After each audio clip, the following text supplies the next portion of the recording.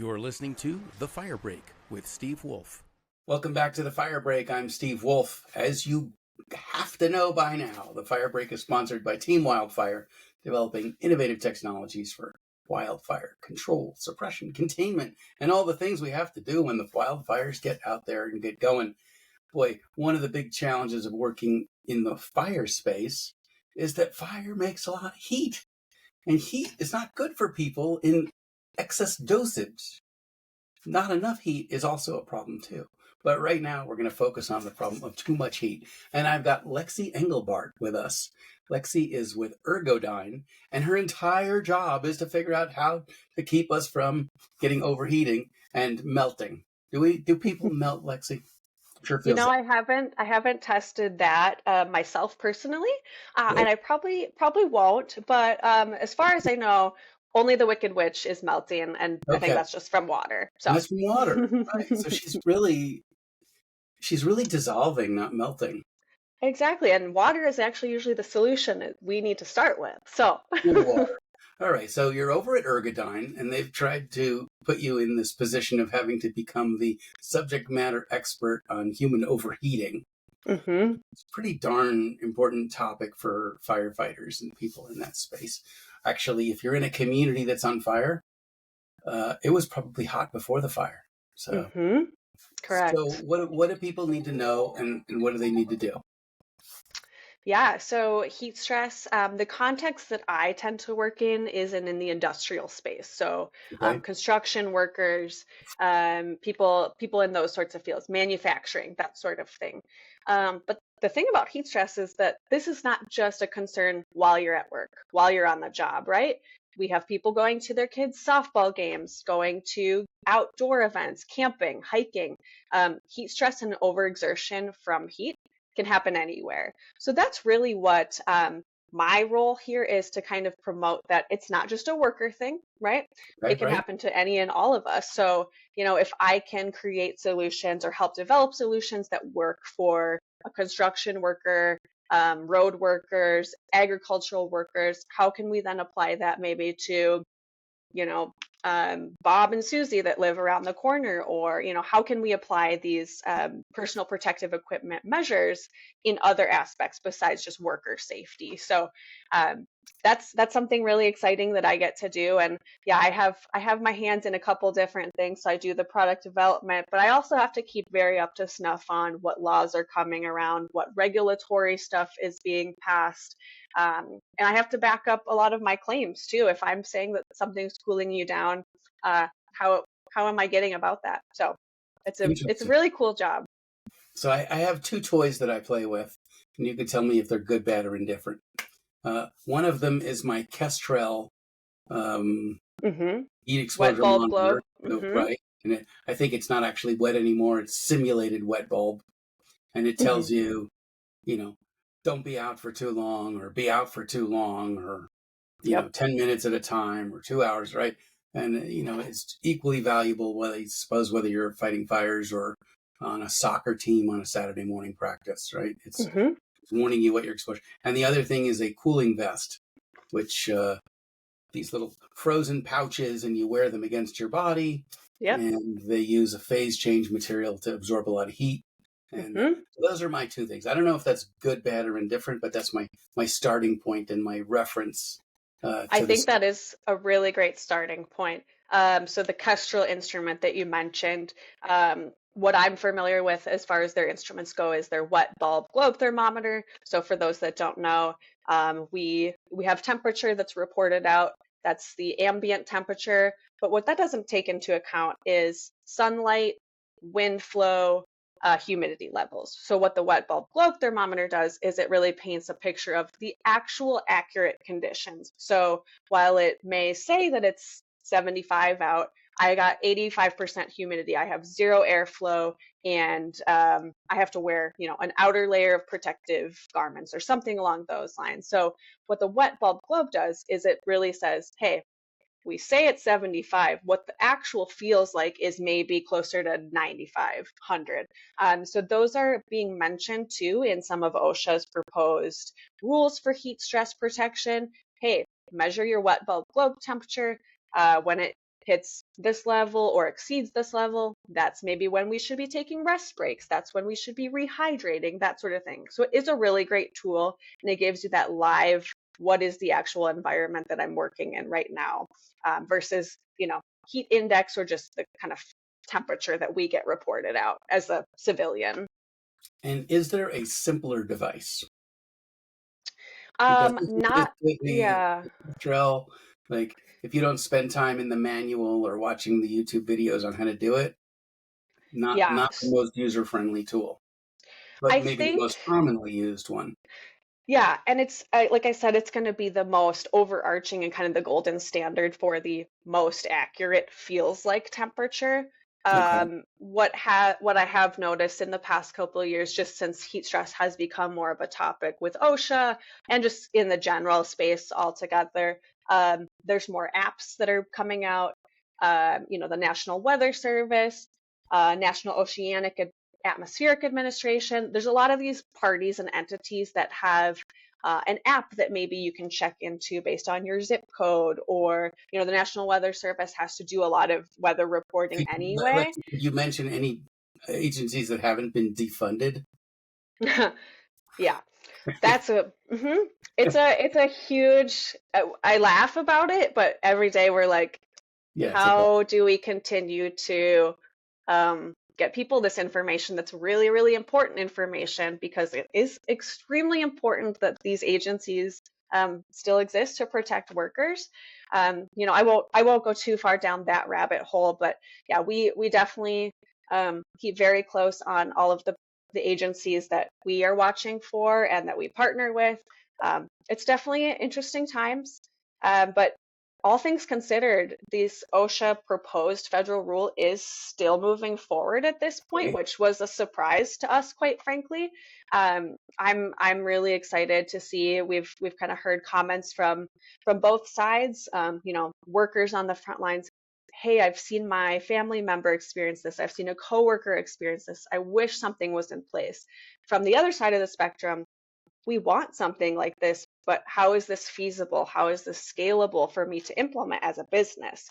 So it's really, really important for me to hear both sides of the spectrum too, because that helps me, work to develop better, innovative solutions that, people can adopt more easily. It's, a lower price point, or as technology keeps developing and getting better, we're always finding new ways to cool the body down. So that is an industry that just keeps advancing rapidly. And as the climate gets hotter and Hmm. there's more outdoor work to do, or even indoor Correct. work in air conditioned warehouses. Yep. This can I be would say heat stress so often is talked about in an outdoor context. I try to bring people back to, some realistic applications. We have people working in food processing around ovens. We have people in foundries, welding. Those are people indoors all year long, and they are experiencing heat stress as well. So that's something I've seen too. And you mentioned your phase change vest that you have. I get asked a lot, well, what do we do for indoor workers? Because a lot of the technology that exists out there today is based on evaporative cooling. So requires airflow, right. lower levels of humidity. We have to be able to have moisture evaporating. That's not always easy to do in a factory or while you're working around hot machinery, that sort of thing. So phase change, which you mentioned, is a really great technology.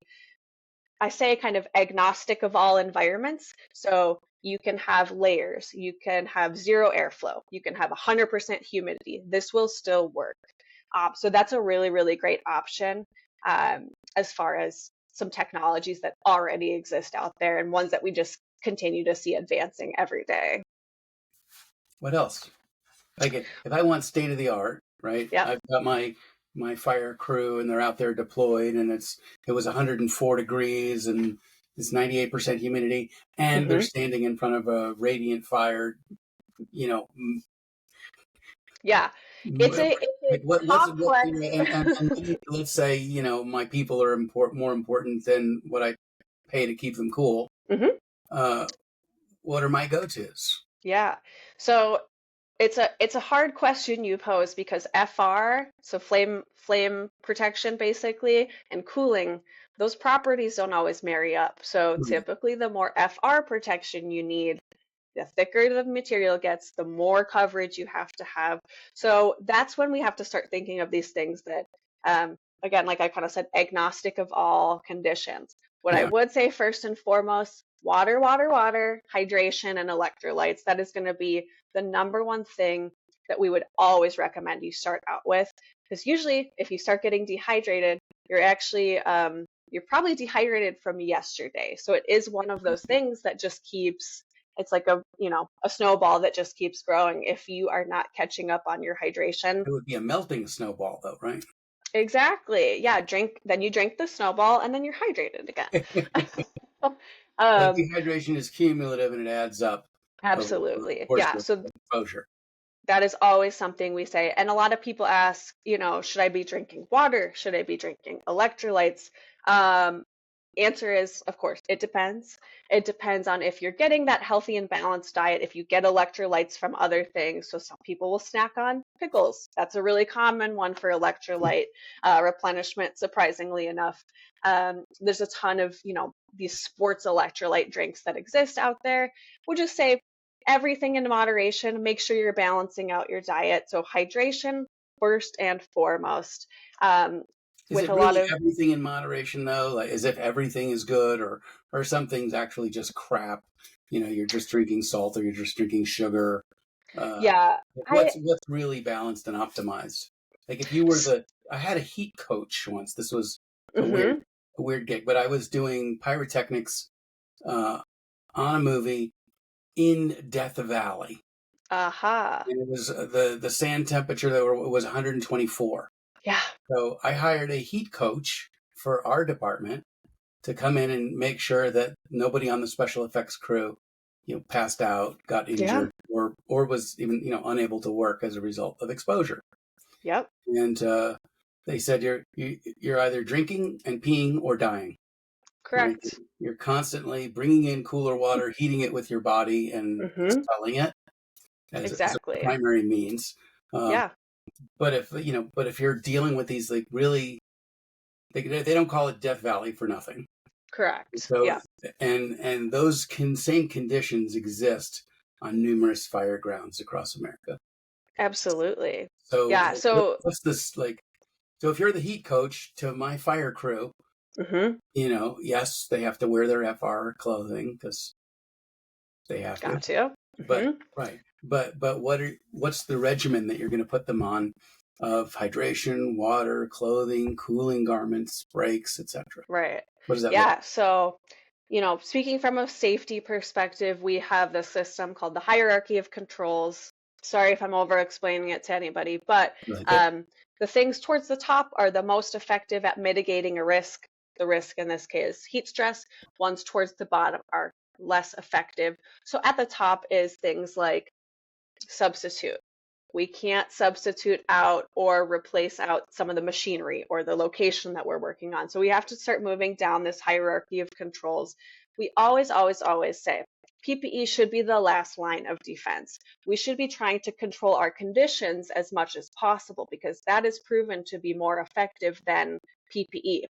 PPE, it's personal protective equipment. What does that mean? It's on me to know how to use it and to actually use it. So we Okay. would always say engineering controls. Can we be barricading people from the hazard? So is there, a heat protective radiant border that we can put that, hey, nobody should be going this distance closer to this thing that is causing the heat stress, that sort of thing. Administrative controls, with wildfires, we don't really have the ability to schedule around wildfires, but in some cases, administrative controls, can I work during the earlier parts of the day when it's cooler, later parts of the day when it's cooler, and then those rest breaks. So how often should I be taking a rest break? Again, it's going to depend on your environment, on your conditions. There's some level of framework of recommendation that exists today from a very varying agencies. It is very dependent on your conditions, though. So it's hard to give, a blanket answer of you should be taking a rest break every 10 minutes if you're in this humidity and this temperature and these conditions.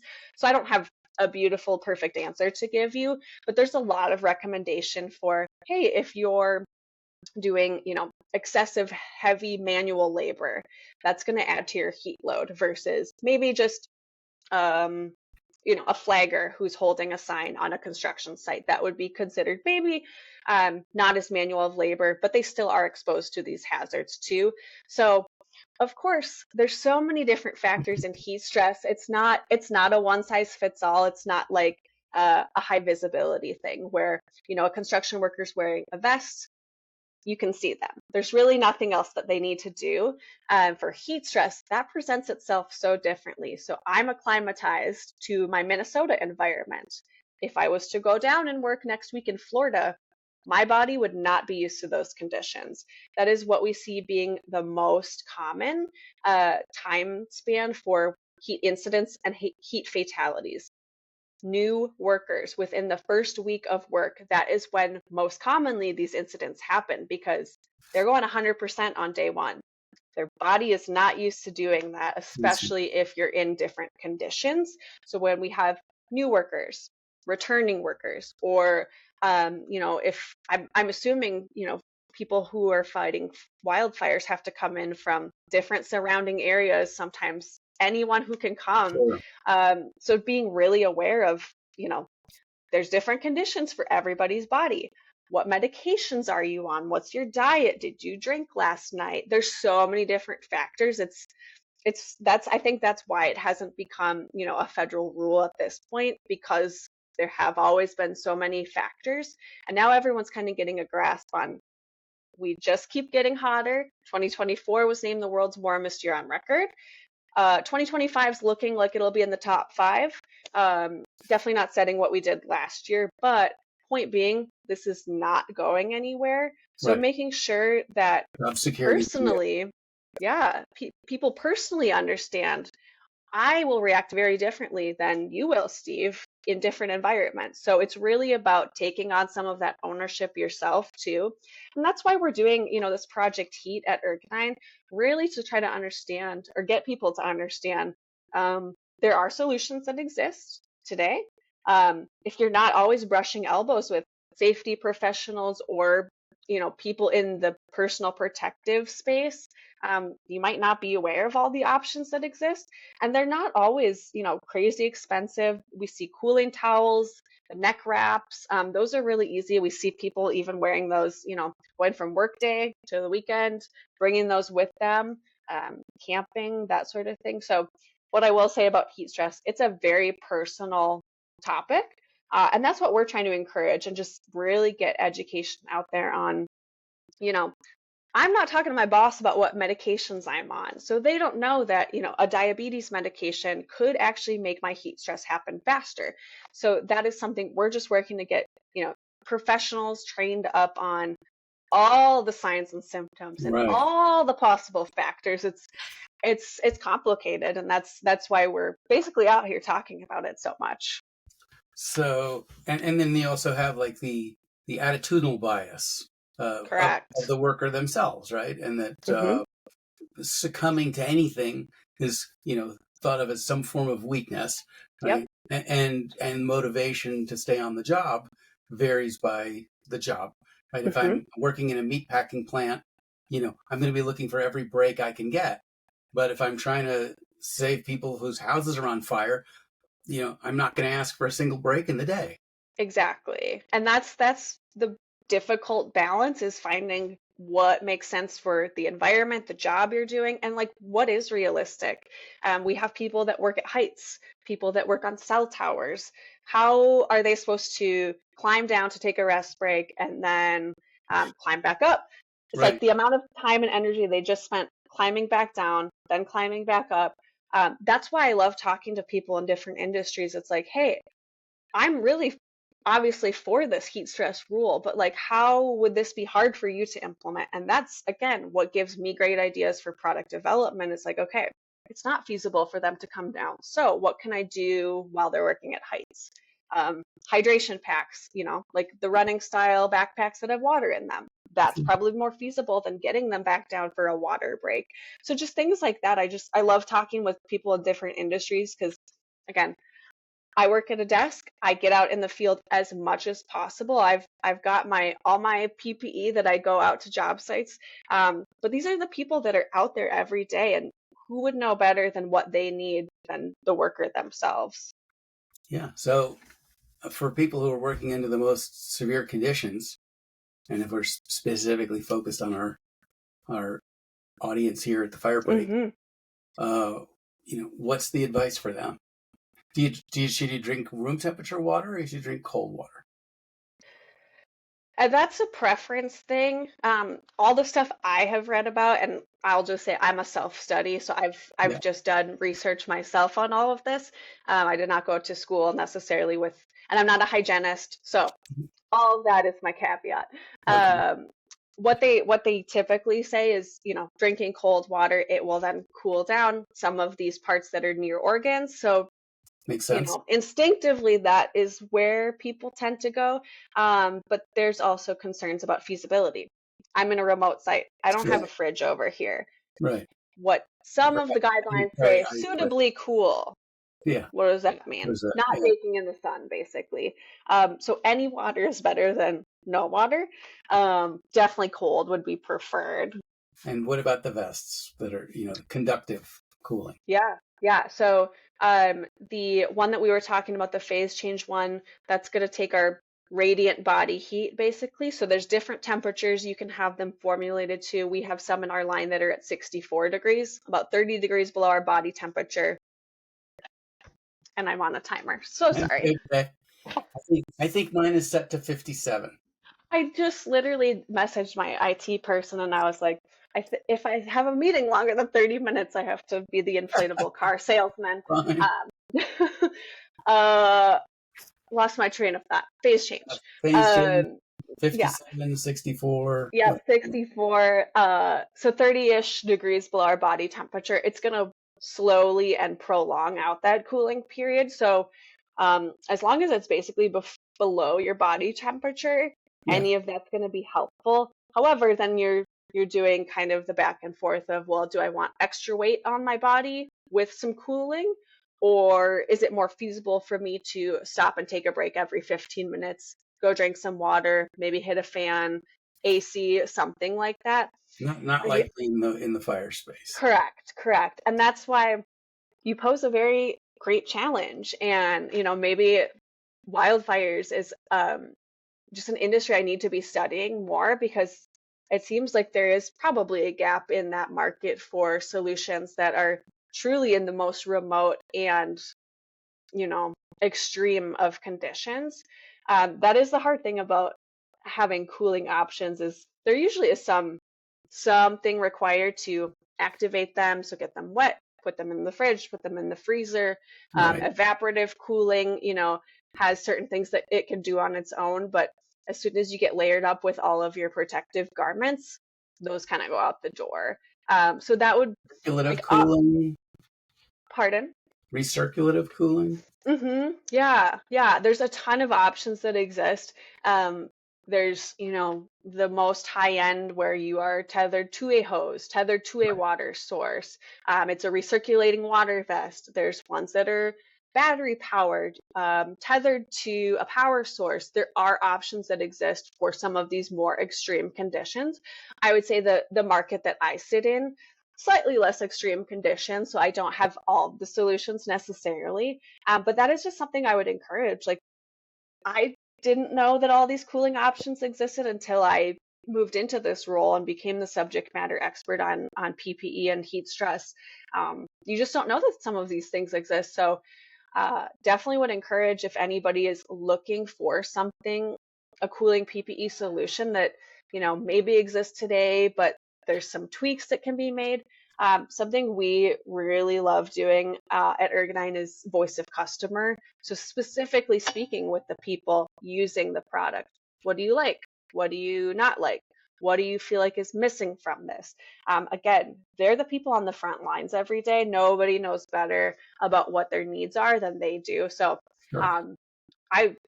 maybe there's an opportunity for, I certainly don't want more wildfires to be happening, but it's definitely an industry that I would love to get some more research and intel on, for sure. What options even exist today? Yeah, and PPE in that space is Hmm. very, very specific to that heat exposure level and to that calorie expenditure, right? Exactly. Because part of your PPE is going to be not breathing all of the smoke that is coming out, and all of the things that they're finding out that is in that smoke, Correct. right? Yeah, heavy metals and all the other things that were in that plant before it burned, Yep. right? Breathing all that. But typical masks, they require effort to move air Hmm. through them to filter the air, which increases the workload on the worker who's already, pushing thousands of calories an hour, swinging a chainsaw or an axe or a McLeod or Exactly. Lasky or whatever their Yeah. tool is. Like, they're doing heavy duty, hard, high speed gardening work of vegetation removal, Yeah. and there's a real resistance to wearing the type of PPE that would help, Hmm. because in some ways, at the time, it doesn't feel like it's helping. 10 years Exactly. later, when you don't have cancer from in your lungs and this, then they're like, oh wow, that thing worked. But Hmm. at the time, for many people, it just doesn't seem worth the trade off for the discomfort or the additional heat stress that comes from wearing certain types of PPE. And they fight, Exactly. right? The one that's holding your warm breath in Hmm. is fighting, what your cooling vest is doing. Exactly. Exactly. And I think that is why, with this federal proposed rule that OSHA's been talking about, I think that is why they really are hammering home these engineering controls and administrative controls. Because in these extreme wildfire conditions, if there is not PPE that exists, OSHA cannot be mandating to wear PPE, if it's going to add to your heat load, introduce a secondary risk, which would be, t adding more heat stress than versus the fire protection. It's just one of those things you have to weigh. So I think that is why these agencies hit it so hard. Water, water, water, take the break. They really, really are focused on rest breaks specifically, because that is the thing that is proven. If you cool down on a rest break, that is the most effective way to mitigate heat stress. So So water. you lie down in that 104-degree weather for 10 minutes. There's not a lot of cooling happening. No, absolutely not. So if you can get out of the direct sun, we always say take shade. The thing that OSHA prescribes and has been prescribing for 20 years is water, rest, and shade. Those are three easy to remember principles. So hydration, obviously, taking a rest break, and can you take a rest break in an AC, in a shaded environment, under the shade of something? Can you sit in the cab of the truck? That is something that people have expressed, how do we implement rest breaks every hour? I'm going to need to have more staff to take, to account for all the rest breaks and that sort of thing. So I think that's why it's such a multi-layered approach is, okay, if there's not extreme firefighting cooling gear that exists, what can I do instead? It's probably taking the rest breaks. And that is just something, employers and agencies are gonna have to kind of figure out as maybe this federal rule goes forward. Again, it's seeming like it's going forward at this point. We're in a post comment hearing period right now, so the public has till the end of September to give their comments, give their feedback. But it's just really promising that again it's moved forward to this point anyway.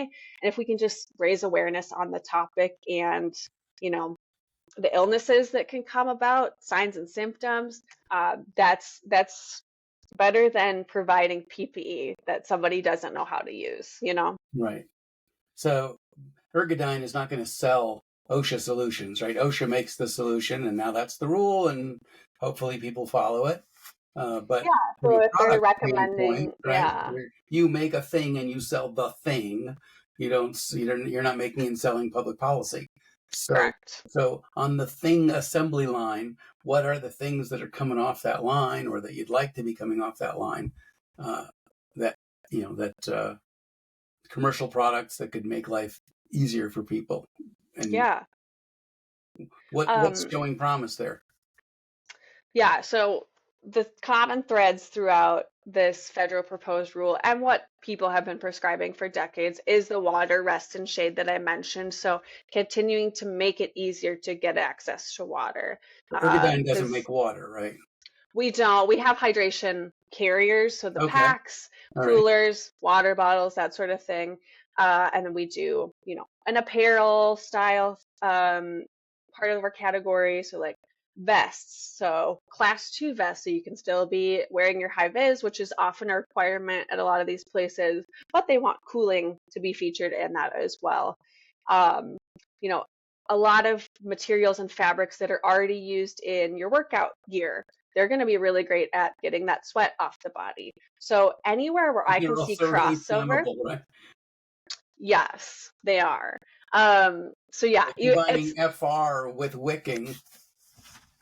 yeah, it's hard to, I say FR and cooling or dating, they probably won't get married. Yeah. It's hard to marry up those principles. But yeah, I honestly, a lot of stuff that exists in sports medicine, they've been studying heat stress and overexertion and stuff for a long, long time, longer than in a worker capacity in some cases. So I try to look across all industries and where it makes sense. Are there things that, yeah, sports wear people are doing that I can be implementing, and just choosing fabrics and fibers that work with you and not against you. That is a lot of the reason behind why we make all the selections we do too. But really, really what we're here at Ergodyne to do is, breaking down some of these complicated things that OSHA is prescribing or recommending and saying, here's a kit with the cooler, the tent, Yeah. and the vest that would tackle the water, rest, and shade portion of what the requirements are going to be. So a lot of it will depend on, the ultimate ruling and the ultimate things that go through with the rule. That's how I will get inspired to keep creating solutions too. And again, talking with the frontline worker, that is so critical. That's definitely my favorite part of the job, is talking with these people, and they're like, well, right now I tie a bandana on my hard hat and I do this, that, and the other, and it's like, oh, okay, well, we can probably create a solution that combines all of those things and looks a little better too. So that's really fun, is kind of going out in the wild and seeing what solutions people are creating for themselves. So that's really a fun part of my job. And at Ergodyne, we're a full service PPE manufacturer, so we do head protection, eye protection, hand. I do heat stress. I have a partner that does cold stress. So we're really trying to tackle any of these risks that can come up on the job site. And then again, some of them bleed into your personal life or your kid's life or things you're doing on the weekend. So, while you might not have to wear a high vis vest at your kid's soccer game, you could experience heat stress. So it's just kind of figuring out, where it makes sense to kind of overreach our industrial market, and where can I educate people that just need this information as well. Absolutely. And I think there's a big history in marketing of things moving across markets, right? Mm-hmm. In 1960, only climbers had any knowledge of what a carabiner was. Yep. And now everyone's got a carabiner, right? That transitioned over Mm-hmm. from a piece of sporting equipment, and that's what you keep your keys on now, right? It's or the SUVs, right? SUVs are for treacherous off-road conditions. Yeah. But now they're the most common vehicle on the road, used by people who never face off-road conditions. Exactly. Right? Sometimes there's just transfer, right? Where here's this thing that factory workers and working around hot smelting metal used, and now moms are wearing it to soccer games so that they don't overheat. Exactly. So that could One, yeah. But like one example is like hot flashes, menopause. There's solutions and a very specific market for cooling solutions on that. So I just try to, anywhere that could have any amount of crossover, I try to look into it, because again, if it's a good product solution, I think of OXO, for example. They're known for making ergonomic hand and kitchen tools. Right. Well, Great stuff. wouldn't everybody just want a more comfortable kitchen tool? So it's just things like You don't that where have it's to have like, it just arthritis illuminates. stock soap products, right? Exactly. Yeah, so it's just, if it's a good product idea, it will bleed across the market. And that's what's so exciting, is that I could be scouring the internet probably every day and figure out something new to do every day.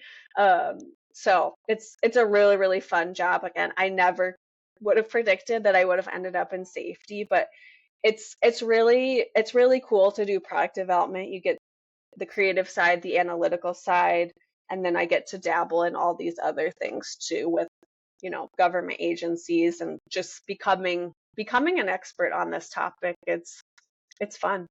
So, and where's the line between compliance and excellence? Because you said that, if OSHA passes this rule, then these conditions will be required, and then Ergodyne will create a kit that allows employers to be compliant with the rules. Okay, so compliance is obviously a market because people have to buy and use the thing. But there's a big difference, I'm sure a huge gap between, what's OSHA compliant and what's optimal. And Correct. optimal is probably a much higher standard. And probably for small companies, or even, sole proprietors, or people in specific spaces, like they don't care what OSHA says as a base. They want to know, like, what's the best that I could be doing? Right? Is it Absolutely. going to be Kevlar PBI clothing that's both FR and wicking? Or is it going to be cooling vests? Who's going to provide, are we going to have some type of a mobile freezer unit that runs on 12 volts that could be in the field to continue refreezing the phase change materials? Like, what is that whole routine going to look like? If you think about it, like when James Cameron goes on location to shoot, in a hot climate, when he goes to remake Lawrence of Arabia or something, right? And budget is no issue and worker comfort is everything. Yes. Then what is that gold standard going to look like? I would say get yourself an AC unit, some sort of building. If there's a lot of these trailers that exist already Yeah, for film talent, or at construction sites, there's usually like a safety trailer or something along those lines. I think those are going to probably be more and more common, or people will just have to kind of plan their job sites differently. I need to be closer access to water, or I need to be closer access to where my employers can go take a break. There's a lot of planning that I think is going to have to be involved. And I'm certainly not a hygienist or an OSHA enforcement officer, but overall the sentiment is: do you have a plan in place? Do you have a heat stress management plan? If it's not written down, it doesn't exist to OSHA. So that's always something we say: write it down, get it in records. Then you can prove that you are actively working towards a solution. So it will be very interesting to see how prescriptive OSHA does get with this proposed rule, because as we've talked about over the last hour, conditions are going to vary greatly between workers. So I think that is something, and that's why they're taking comments and taking all this time, because there are so many intricacies. And again, feasibility, if no one can actually scale this up and make it feasible from a cost perspective or from just a business perspective, uptake is going to be incredibly difficult. It's also a shift in the culture too. There is still kind of the sentiment of, well, it's always been hot, and we just gotta keep going, gotta get through it. Obviously, not every job, and especially wildfire management, has the ability to say, all right, I'm just gonna go take a break. I'll come back in May. Again, yeah, hopefully this is out by then. It's a hard answer, and again, I don't have the perfect answer. It's going to be so dependent on the industry, on the job, on the state that you live in. Some states already have state plans for heat stress. So we always say follow the most restrictive guidelines, because you are fully covered then. So Washington, Oregon, those are some states that already have very robust heat stress plans. If this federal one were to come through and it gives slightly less information or slightly less prescriptive measures than what Washington is already doing, Washington's probably going to keep doing what they're doing. So it is interesting to see that a few states have actually already taken this on themselves. So California, no surprise, they were the leader in this. Cal OSHA is kind of what their program is referred to, the early 2000s. So they've always kind of been the forefront of heat stress. There's a lot of agriculture, a lot of farming in California. So it totally makes sense why they were the leader when it came to getting ahead of that risk and how to prevent workers from suffering from heat stress. And that probably opens up a whole other political can of worms that we won't get into. Correct. Right, because then we're probably providing OSHA requirements to undocumented workers, blah, blah, blah, blah, blah. And will we pay to protect, all people or only legal residents? And hey, we don't have to go there, luckily, because that's not what this show's about. Yeah. But that in practice, protect all workers is my sentiment. Everybody, not just workers, right? But anyone who's exposed, even people who are voluntarily exposing themselves because they want to go to their kid's soccer game. Exactly. Or the kids themselves, right? That they're having to limit, how much time they can be in their boiling hot football uniform. Exactly. Saturday morning in Texas. Well, yeah, and we've done some research and some studies, and 4 out of 5 Americans have claimed to have symptoms of heat stress in some capacity, and over 25% of them don't know how to respond or react in those situations. So there is a disparity of education and what to do in these scenarios. So that's what we love to do too. Is obviously I want to sell PPE, but my message goes much further beyond that. I don't care if you use my PPE. I want you to know what to look out for and what to do to try to actually be proactive. So excellent. Lexi, thank you so much for, career-wise, stepping up into this safety role and becoming a heat stress subject matter expert, even though this is not probably what any little person grows up and says, this is what I want to study, this is what I want to do. So thanks for doing that, because it's super valuable. And thanks for your focus on the educational aspect of, we all need to know about this, because if you're not living someplace where it's too hot yet, you're going to be soon. Exactly. And again, we say, oh, I'm in Minnesota, so it doesn't get that hot up here. Okay, well, when it does get hot up here, then my body, will not be ready. So, yep, that's the sentiment. Let's be proactive. Let's not be reactive, please. Good luck with that, Lexi. I know. But at least you'll have OSHA on your side soon, forcing proactively, complying. So there we have that. Lexi Engelbart with Ergodyne, our resident heat stress expert. Thanks for joining us today, Lexi. Thanks for having me. You've been listening to or watching The Fire Break. I'm Steve Wolf. We're sponsored by Team Wildfire. Till I see you next time, stay cool, listen to Lexi's advice, carry water, and if you're not going to provide shade for yourself, at least throw shade on someone else. Talk to you soon. Take care. Bye-bye.